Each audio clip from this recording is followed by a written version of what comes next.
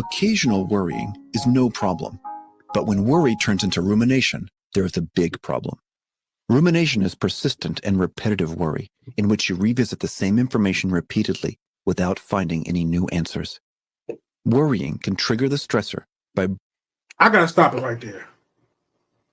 I got to stop it right there before we go any further, just so I can pontificate. Thank you, Marcus. So I can pontificate, give my opinion on what was said and how prolific that was, right?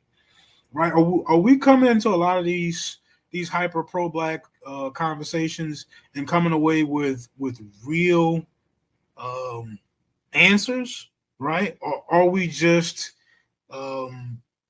exacerbating the problem, right? Are we making the problem even more obvious and even more big than what it actually is, right? There's something to be said. You need to bring awareness to problems. That's like step one, right? And I think when you take that too far, right, when all you do is discuss the problems, I think you start to enter a dangerous territory, right? You enter a dangerous territory of making yourself look at this particular problem as so humongous and so big that you'll actually never be able to knock it down. I'm going to let the video play. Bringing up more and more negative possibilities without landing on any positive outcome. One negative thought leads to another, and you start feeling more and more stressed. Also, excessive worrying will start with one domain that you worry about, but sooner it triggers other domains of your life like a domino effect. This makes you feel that the worst is already happening. And sadly, our brains don't always distinguish between what is imagined and what is real. Rumination goes beyond trying to solve a problem or deal with a stressor. Have you ever heard of the term rumination? That's deep, man. That's deep. I mean, you've got this is a term that psychologists use. This is a professional term. This isn't something I made up. I mean, this is something I researched and found, and I'm bringing to you guys to add to the conversation, add to the perspective, to be able to ask yourself, right, a self-examination. That's the key to everything. Can we, does it stand up under the light of scrutiny, right? If I only focus on the problems of white supremacy, will I ever come up with solutions? I think it's a fair question. But if only thing I ever talk about are the problems, right, and I don't have some kind of balance in there where I'm talking about the solutions just as much, I think I'm escalating the problems. I think I'm adding weight to the problems, right?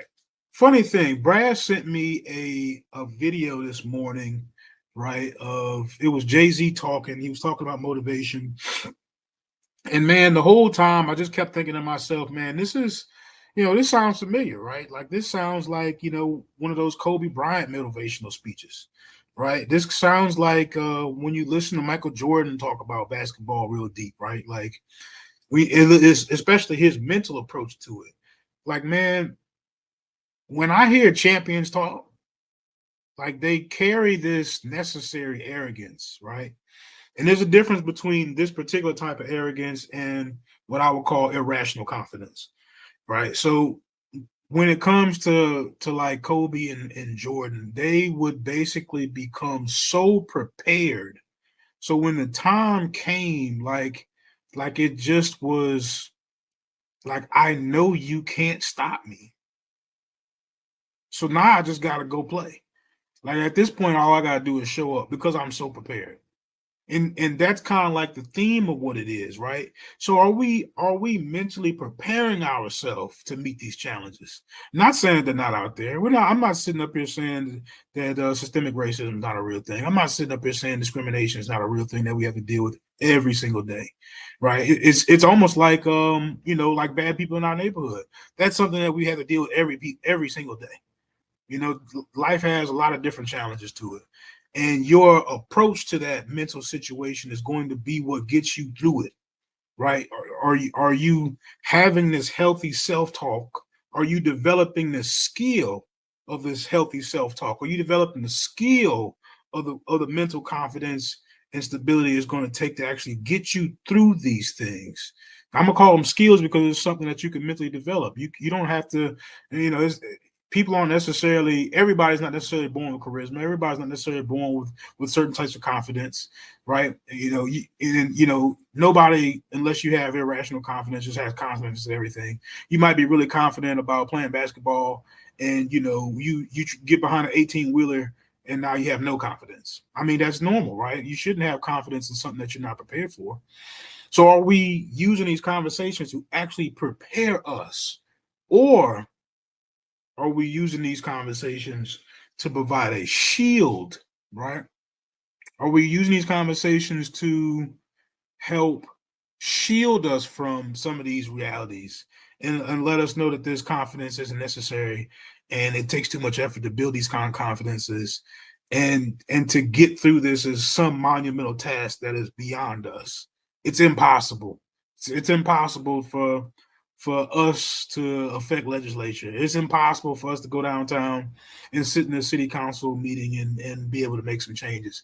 Is it impossible for us to make enough awareness outside of YouTube? I mean, YouTube isn't a place I would say bring your grievances to. Go down to City Hall, go talk to your local politicians.